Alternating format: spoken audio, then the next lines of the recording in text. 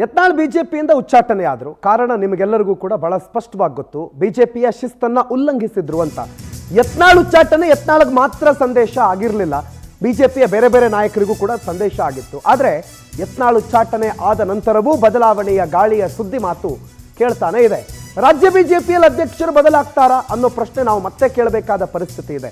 ಒಂದು ವೇಳೆ ವಿಜಯೇಂದ್ರ ಬದಲಾದ್ರು ಅಂತಂದ್ರೆ ಯಾರಿಗೆ ಪಟ್ಟಾಭಿಷೇಕ, ಯಾರು ನೂತನ ಸಾರಥಿ? 5 ಜನರಿದ್ದಾರಂತೆ ಬಿಜೆಪಿಯ ರಾಜ್ಯಾಧ್ಯಕ್ಷರ ರೇಸ್ನಲ್ಲಿ. ಯಾರ 5 ಜನ? ಆ 5 ಜನ ಯಾರು ಅನ್ನೋದಕ್ಕಿಂತ ಮೊದಲ ಪ್ರಶ್ನೆ ರಾಜ್ಯಾಧ್ಯಕ್ಷರ ಬದಲಾವಣೆ ಆಗತ್ತಾ ಅಂತ. ಆಲ್ಮೋಸ್ಟ್ ಕಳೆದ 2-3 ವರ್ಷಗಳಿಂದ ಅಥವಾ ಬಿಡಿ ಒಂದು 5 ವರ್ಷಗಳಿಂದಲೇ ಯಡಿಯೂರಪ್ಪನವರು ಮೇಲ್ಗೈ ಸಾಧಿಸ್ಕೊಂಡು ಬಂದಿದ್ದಾರೆ ಹೈಕಮಾಂಡ್ ವಿಚಾರದಲ್ಲಿ ಕರ್ನಾಟಕದ ಬಿಜೆಪಿ ರಾಜಕಾರಣದಲ್ಲಿ.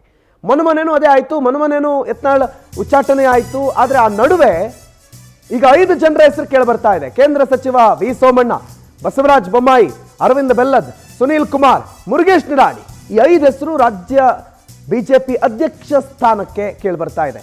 ಆದರೆ ಸೋಮಣ್ಣನ್ ಕೇಳಿದ್ರೆ, ಅಯ್ಯೋ ನಿಮ್ಮ ಅಧ್ಯಕ್ಷ ಸ್ಥಾನ ಸವಾಸ ಬೇಡಪ್ಪ, ನಾನು ಸಚಿವರಾಗೇ ಉಳ್ಕೊಬಿಡ್ತೀನಿ ಅಂತ ಇದಾರಂತೆ.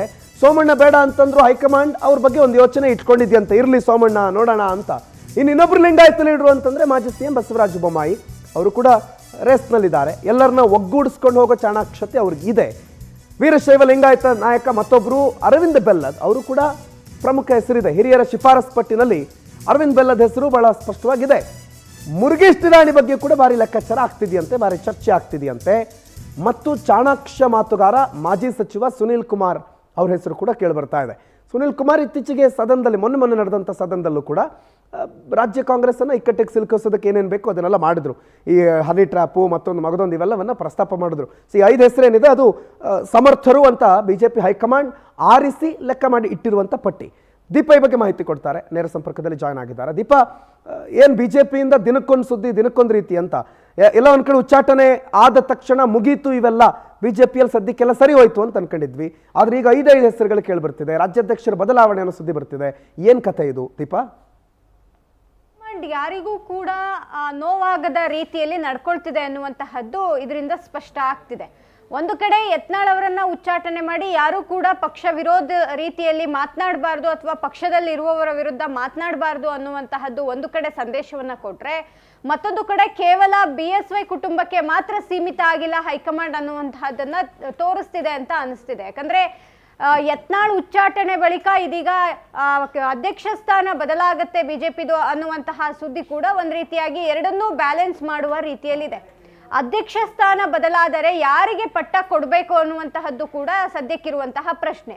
ಅದಕ್ಕೆ ಸ್ಪಷ್ಟತೆ ಕೂಡ ಹೈಕಮಾಂಡ್ನ ಬಳಿ ಇಲ್ಲ ಅನ್ಸುತ್ತೆ. ಯಾಕಂದ್ರೆ ನೇರವಾಗಿ ಚುನಾವಣೆ ಮೂಲಕವೋ ಅಥವಾ ವಿಜಯೇಂದ್ರ ಅವರನ್ನ ಕೆಳಗಿಳಿಸುವ ಮೂಲಕವೋ ಒಬ್ಬರ ಹೆಸರನ್ನ ಸೂಚಿಸೋ ಬದಲು 4-5 ಜನರ ಹೆಸರು ಅವರ ಬಳಿ ಇದೆ ಅನ್ನುವಂತಹದ್ದು. ಪ್ರಮುಖವಾಗಿ ಒಂದು ಕ್ಯಾಸ್ಟ್ ಒಂದ್ ರೀತಿ ಹೊಂದಾಣಿಕೆ ಮಾಡುವಂತಹ ನಿಟ್ಟಿನಲ್ಲಿ ಹೋದ್ರೆ ಲಿಂಗಾಯತ ಕೋಟಕ್ಕೆ ಆ ಒಂದು ಅಧ್ಯಕ್ಷ ಸ್ಥಾನ ಸಿಗಬೇಕು ಅನ್ನುವಂತಹದ್ದು. ಯಾಕಂದ್ರೆ ಈಗ ಆಲ್ರೆಡಿ ವಿಪಕ್ಷದಲ್ಲಿ ಒಕ್ಕಲಿಗ ನಾಯಕ ಒಕ್ಕಲಿಗರಿಗೆ ಅವಕಾಶ ಕೊಟ್ಟಿರೋದ್ರಿಂದ ಲಿಂಗಾಯತರಿಗೆ ಕೊಡಬೇಕು ಅನ್ನುವಂತಹ ನಿಟ್ಟಿನಲ್ಲಿ ಯೋಚನೆ ಮಾಡಿದ್ದೇ ಆಗಿದ್ದಲ್ಲಿ 4-5 ಜನರ ಹೆಸರು, ಪ್ರಮುಖವಾಗಿ ಬೊಮ್ಮಾಯಿ, ಸೋಮಣ್ಣ, ಅರವಿಂದ್ ಬೆಲ್ಲದ್, ನಿರಾಣಿ ಅವರ ಹೆಸರು ಓಡ್ತಾ ಇದೆ.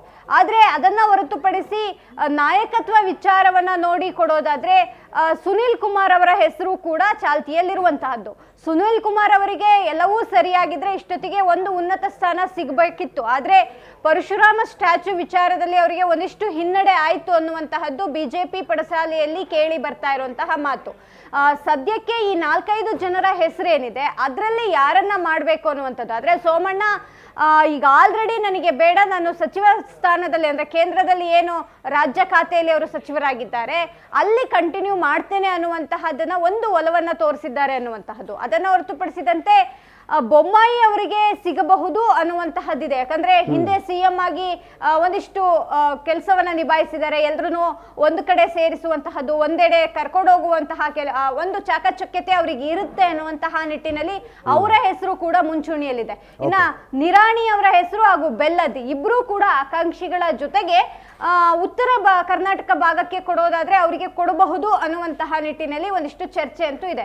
ಹೀಗಾಗಿ ಕ್ಷೇತ್ರವಾರು, ಪ್ರದೇಶವಾರು, ಜಾತಿವಾರು ಎಲ್ಲವನ್ನು ಜೊತೆಗೆ ನಿಭಾಯಿಸುವಂತಹ ಶಕ್ತಿ ಯಾರಲ್ಲಿದೆ ಅವರಿಗೆ ಸಿಗಬೇಕು ಅನ್ನುವಂತಹದ್ದು. ಇದೆಲ್ಲದೂ ಕೂಡ ಸೆಕೆಂಡರಿ. ಮೊದಲನೇದಾಗಿ ಅಧ್ಯಕ್ಷ ಸ್ಥಾನ ಬದಲಾಗುತ್ತಾ ಅನ್ನುವಂತಹದ್ದು ಸದ್ಯಕ್ಕಿರುವಂತಹ ಪ್ರಶ್ನೆ. ಅಧ್ಯಕ್ಷ ಸ್ಥಾನಕ್ಕಾಗಿಯೇ ಇಷ್ಟೆಲ್ಲ ಕಸರತ್ತುಗಳು ನಡೀತಾ ಇರುವಂತಹ ಸಮಯದಲ್ಲಿ ವಿಜಯೇಂದ್ರ ಅವರನ್ನ ಕೆಳಗಿಳಿಸುವಂತಹ ಕೆಲಸಕ್ಕೆ ಆ ಒಂದು ನಿಟ್ಟಿನಲ್ಲಿ ಹೈಕಮಾಂಡ್ ಕೈ ಹಾಕುತ್ತಾ ಅನ್ನುವಂತಹದ್ದೇ ಸದ್ಯಕ್ಕಿರುವಂತಹದ್ದು. ಪ್ರಣೋತ್, ಥ್ಯಾಂಕ್ ಯು ದೀಪಾ ಮಾಹಿತಿಗೆ.